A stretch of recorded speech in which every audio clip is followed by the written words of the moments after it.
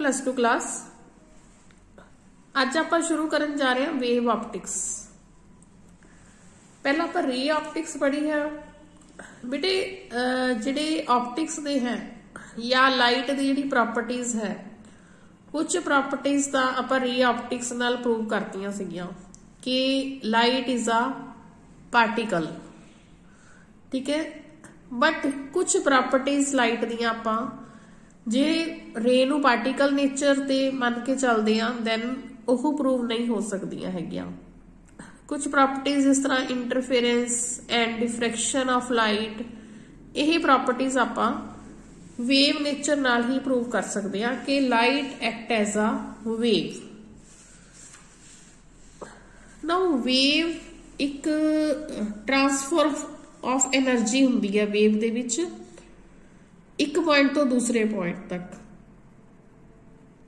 ठीक है। पहला मन्निया गया सी कि वेव नेचर है वो प्योरली मैकेनिकल है, बट जिस तरह तुहानूं पता है साइंटिस्ट स्टडी करते रहते हैं, एक्सपेरीमेंट करते रहते हैं, चेंज होंदा रहता है कॉन्सैप्ट, ठीक है।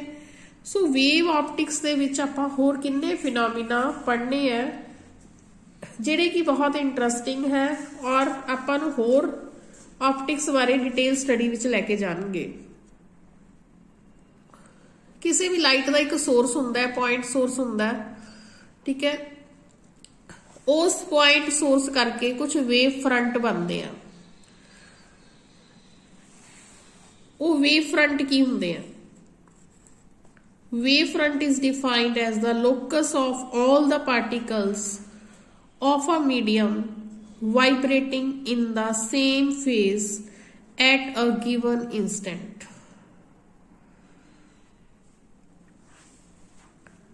किसी पॉइंट सोर्स करके एक खास लोकस बन गया पार्टिकल्स का, उसके अराउंड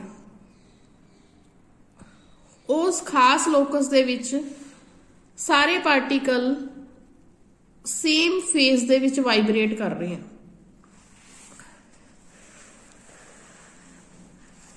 तुसी देखो जे पॉइंट सोर्स है, पॉइंट सोर्स दे करके एक स्फेरिकल जा वेव फ्रंट बनता है। इस स्फेरिकल शेप दे विच ही सारे पार्टिकल्स सेम फेज दे विच वाइब्रेट कर रहे होंगे जे आप at given instant of time देखिए, ठीक है। So wave front is defined as the locus of all the particles of a medium vibrating in the same phase at a given instant, and the shape of the wave front depend किते करती है source ते कि उसका source की है disturbance का, या लाइट जी डिस्टरबेंस क्रिएट कर रही है उसके सोर्स की शेप ते डिपेंड करता है shape of wave front. Wave front 3 types के हो सकते हैं, spherical, cylindrical and plane. Spherical wave front की कदों होएगा? If the source of a disturbance is point source then the wave front is spherical. A point source of light emits waves which spread outward in all directions, ठीक है। यही अपने को point source है, यही ऑल डायरेक्शंस अमिट कर रहे हैं, ठीक है। लाइट अमिट कर रहे हैं, यही लाइट जी हैगी है आउटवर्ड स्प्रेड आउट हो जाएगी सारी डायरेक्शंस। जे ये मीडियम होमोजीनियस है, ठीक है। ये सारा मीडियम दे विचों जिथों पॉइंट सोर्स तो लैके वेव फ्रंट बन रहे हैं ओह सारा मीडियम होमोजीनियस है। दैन t सेकेंड्स दे बाद ओह वेव्स या डिस्टरबेंस इक्वल डिस्टेंस कवर करेगी, मतलब इथों लैके इत्थे तक इक्वल डिस्टेंस होएगा। This equal distance will be v into t, ठीक है। आप लिया इन टाइम t सेकेंड्स और vt की है speed of light in medium है। This vt is speed of light in medium.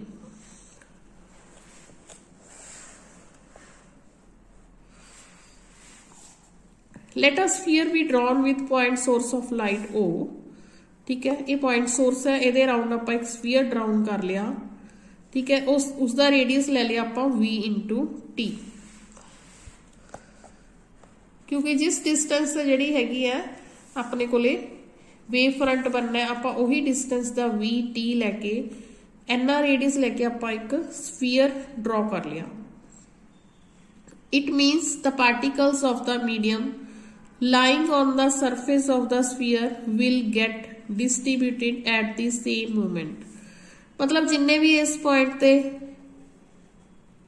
Particles होंगे वो इवनली डिस्ट्रीब्यूट हो जाएंगे इस स्फीयर दे उत्ते in all the direction and in equal distance. सारे पार्टिकल्स बराबर डिस्ट्रीब्यूट हो जाएंगे। ये तुसी देखदे हो बच्चे, जिस तरह तुसी तलाब दे विच एक एट रेस्ट है, पानी इक्विलिब्रियम च है, ठीक है, उस च तुसी पत्थर मारदे हो तो एक वेव्स उठदियां ने। ठीक है, वेव्स सारे पासे बराबर उठदियां ने, यही वेव फ्रंट है। In this case the spherical surface passing through these particles equidistant from O and vibrating in the same face. ठीक है, इक्विडिस्टेंट होंगे, सेम फेज दे विच होंगे एंड वाइब्रेट करनगे ये। ठीक है, so this spherical shape, this is called spherical wave front. और इस वेव फ्रंट च जिहड़ी वेव फ्रंट की स्पीड होएगी, इसनूं आपां कहांगे phase velocity. This is the diagram of spherical wave front. उस तो बाद है cylindrical wave front. If the source of disturbance is slit AB, हुण अपने को लाइट का सोर्स की है, स्लिट है एक, या कह लो लीनियर है। पहला जिवें पॉइंट सोर्स सीगा, हुण इस केस से लीनियर है। ठीक है, लाइन सोर्स है, देन इहदा वेव फ्रंट की बनेगा सिलेंड्रिकल, दिस शेप, क्योंकि ऑल द पॉइंट्स इक्विडिस्टेंट होंगे फ्रॉम दी लाइन सोर्स।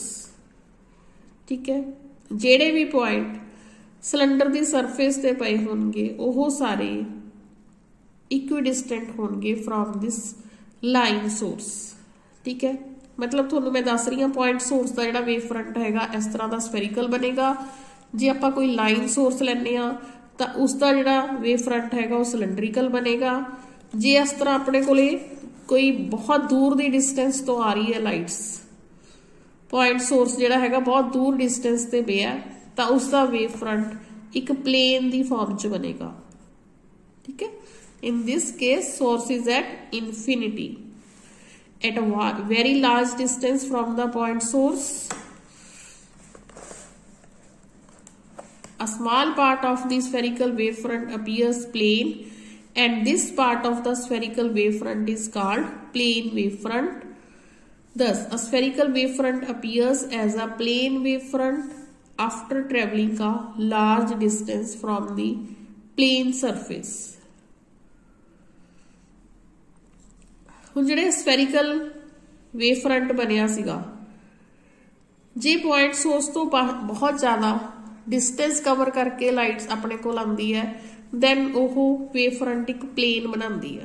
ठीक है, इस भी पॉइंट सोर्स है, इस भी पॉइंट सोर्स है, बट इस लार्ज डिस्टेंस तो आ रही है, इस डिस्टेंस v/t लिया सी आपां, राइट। इस दे नाल ही अपना एक नवा आर्टिकल है Huygens principle, state Huygens principal.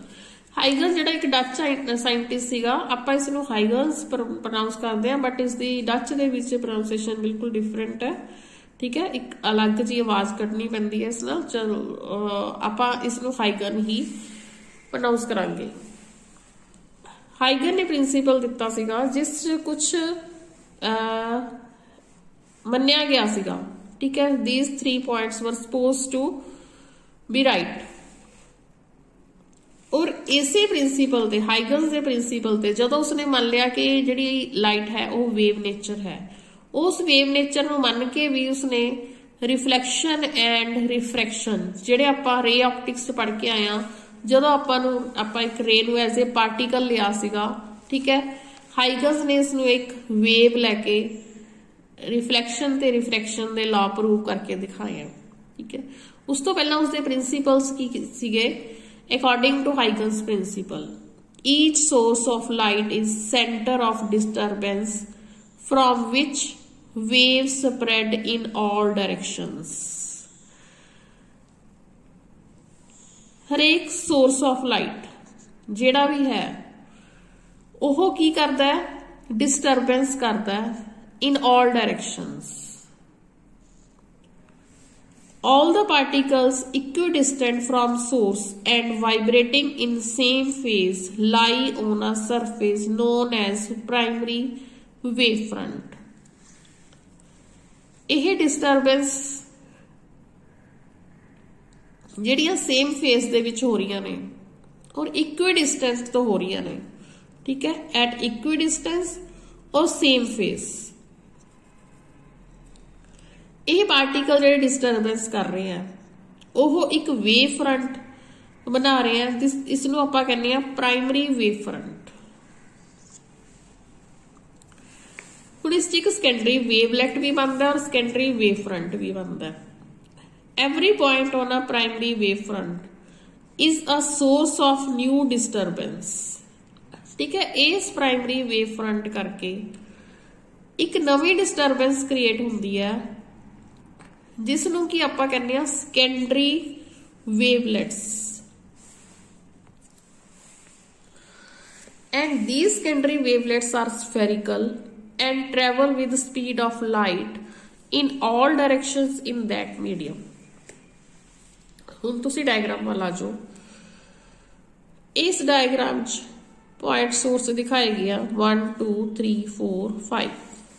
यह प्राइमरी वेव फ्रंट बना रही है इस दे अराउंड, ठीक है। स्मॉल सर्कल्स तुसीं देख रहे हो। यह जिहड़े स्मॉल वेव फ्रंट है यह भी अगे डिस्टरबेंस क्रिएट करते हैं जिस करके एक सेकेंडरी वेवलेट बनता है। This is secondary wavelet, this is secondary wavelet, right. ਇਹ ਸੈਕੰਡਰੀ ਵੇਵਲੈਟ ਜਿਸ ਤਰ੍ਹਾਂ ਕਿ ਤੁਸੀਂ ਦੇਖ ਰਹੇ ਹੋ ਸਫੈਰੀਕਲ ਹੁੰਦੇ ਆ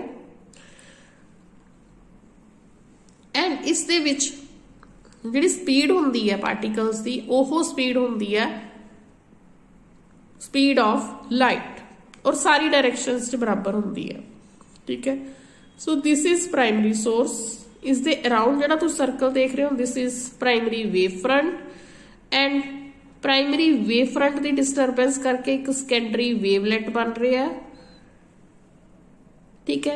हुण इस सेकेंडरी वेवलेट तो बाद की बनेगा a surface touching these secondary wavelets tangentially in the forward direction. हुण आपां एक सरफेस बनानी है इस सेकेंडरी वेवलेट नूं टेंजेंशियली टच करे और फॉरवर्ड डायरेक्शन च टच करे। This is forward direction.